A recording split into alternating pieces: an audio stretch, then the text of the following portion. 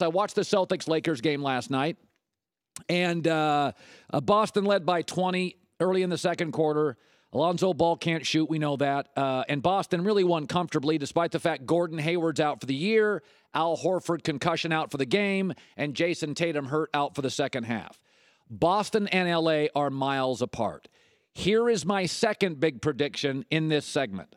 The Boston Celtics will be the New England Patriots and completely dominate a conference for the next 10 years. I've said this for years, cities and teams mirror each other. In Los Angeles, there's never been a great team that didn't have glamour. In Dallas, there's never been a Cowboy team that didn't have flash. Go to Dallas. It can be big hair and sequins and heels on a Tuesday night. That is Dallas's culture. That becomes the Cowboys' culture. The players' wives, the coaches' wives lives in that culture. Jerry Jones lives in that culture. He plays to that audience. Generally, Detroit teams are tough. Well, because Detroit's the home of the American auto industry. It is factories. These are workers. The teams become the city. You've never once thought of San Diego and thought, that is a tough-nosed team. Dan Fouts threw the ball. Phillip Rivers throws the ball. That's the way it works in this sports. If you look at the Patriots and Celtics, think about this. The Lakers have been in a rebuild for 5 years, and the Celtics have been in a rebuild for 5 years. Whereas the Celtics have been patient, completely unemotional, the Lakers went after Dwight Howard and Steve Nash and re-signed Kobe and then signed Lonzo, and then they're praying for LeBron James. But if you look at the similarities between the Patriots and Celtics, you can go right down the line. A-plus ownership, a coach that considered a little bit of a Svengali or a genius, your star quarterback and point guard, we both think of him as the best finisher in their respective league. You made an unemotional trade to upgrade. You're in an inferior conference, and you manipulate draft picks, sometimes for different devices, to get players, to accumulate, to trade, to get veteran free agents. Smart city, Harvard, MIT, smart organizations. And I watched the Lakers and Celtics last night. They've both been rebuilding for 5 years. They are miles apart. Gordon Hayward's out for the year. Horford for the night. Tatum for the game, second half. Not even competitive.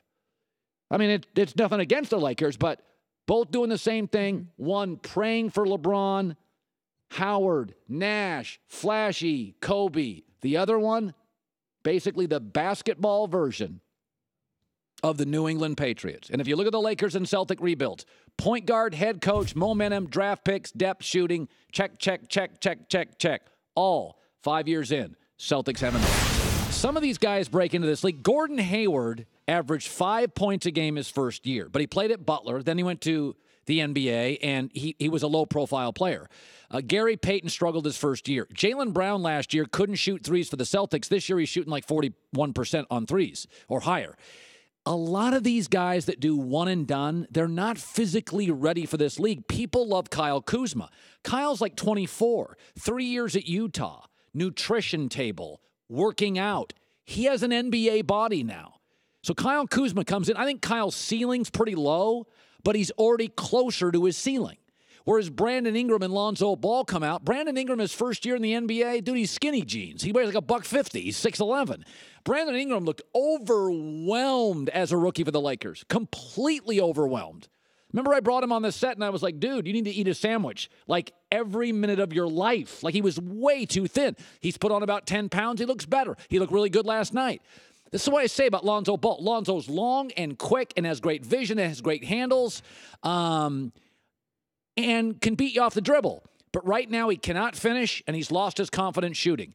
But you got to give these guys a year in the league. Brandon Ingram looked overwhelmed. Kyle Kuzma looks like he can play. Do you know the difference between 1 year in a weight room and 3? 1 year at a nutrition table and 3? But now, Brandon Ingram on the road, Ritz-Carlton's, eating steaks, little alcohol, lifting weights every day. Lakers, those protein shakes. All of a sudden, you wake up, you're 11 pounds heavier.